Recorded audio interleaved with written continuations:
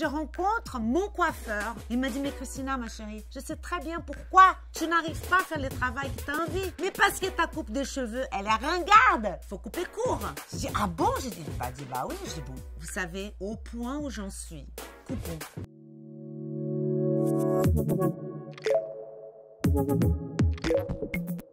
Bonjour, c'est Christina Cordula, je suis consultante en images et styliste. Bienvenue sur Papillon Action.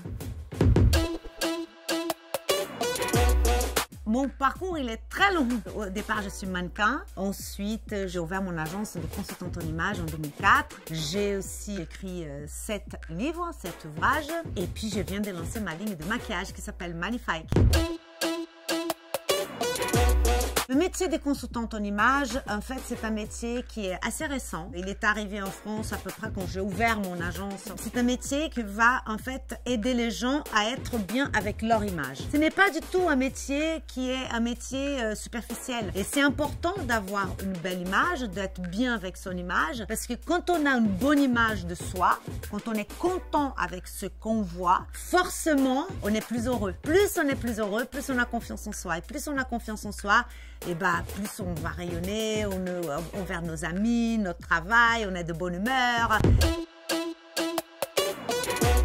Dans mon métier des consultantes en images, donc j'ai mon agence depuis 2004. Ensuite, ça est venu les émissions de télé. Ma toute première émission, c'était justement l'émission sur le relooking qui parlait justement d'améliorer son image. Et puis au fur et à mesure, j'ai écrit des livres. J'ai déjà écrit 7 livres. Aujourd'hui, j'ai lancé ma ligne de maquillage qui s'appelle Magnifique, qui est justement une ligne de maquillage qui va être en valeur la femme. Et c'est pour tout le monde, pour tout âge, pour toutes les peaux, pour les femmes, pour les hommes, pour tout le monde. C'est exactement ce que je fais dans la mode. C'est mettre en valeur les femmes, c'est mettre en valeur ce qu'elle a, parce que toutes les femmes sont belles, donc on n'a pas besoin de cacher. Au contraire, on doit montrer ce qu'on a pour être encore plus belle.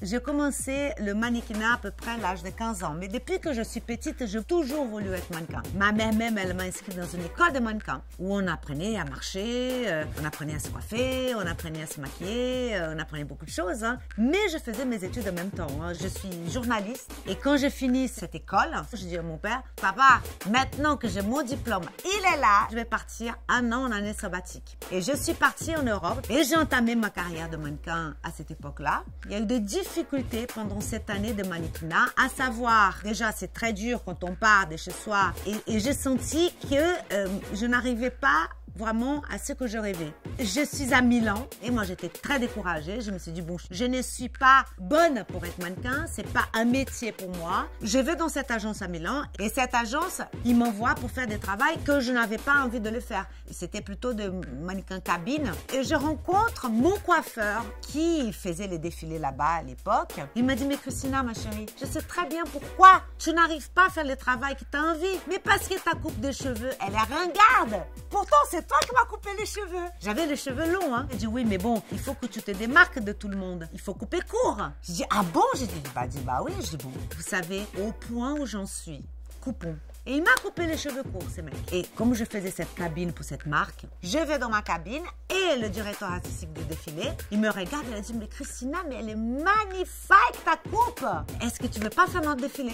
Et j'ai dit, mais bien sûr, mais avec plaisir. Et j'ai fait son défilé. Mais mon rêve, en fait, c'était Paris. Je rencontre une copine brésilienne et je lui ai dit, bah écoute, moi demain je vais à Paris parce que le défilé commence bientôt et j'ai pas d'agence. Et elle m'a dit, bah va dans mon agence. Donc je vais dans cette première agence qui me prend tout de suite et qui m'envoie voir tous les grands couturiers. Et là, je me suis sentie quand même une personne, un être humain respecté, considéré. Et pas mal pour une première fois. Hein. Et elle a dit, bah écoute, ma chérie, tu as dégoté 22 défilés. Dans ces 22 défilés, il y avait Saint Laurent, il y avait Dior, il y avait Chanel. Mais bon, j'ai eu quand même un début extraordinaire.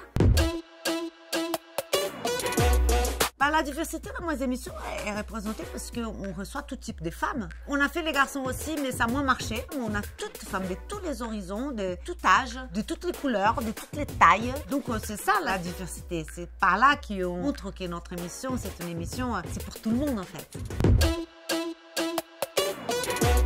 Si Si je peux donner un conseil aux jeunes, dans la vie, il faut persévérer. Si on ne persévère pas, bah, on ne va pas y arriver. Donc, il y a des moments difficiles, des tristesses, on va être découragé. Mais en fait, il faut prendre son courage à deux mains et continuer à persévérer parce qu'on va y arriver. La chance, elle ne tombe pas du ciel. Hein. Il faut aller la chercher. Sinon, on n'arrive pas.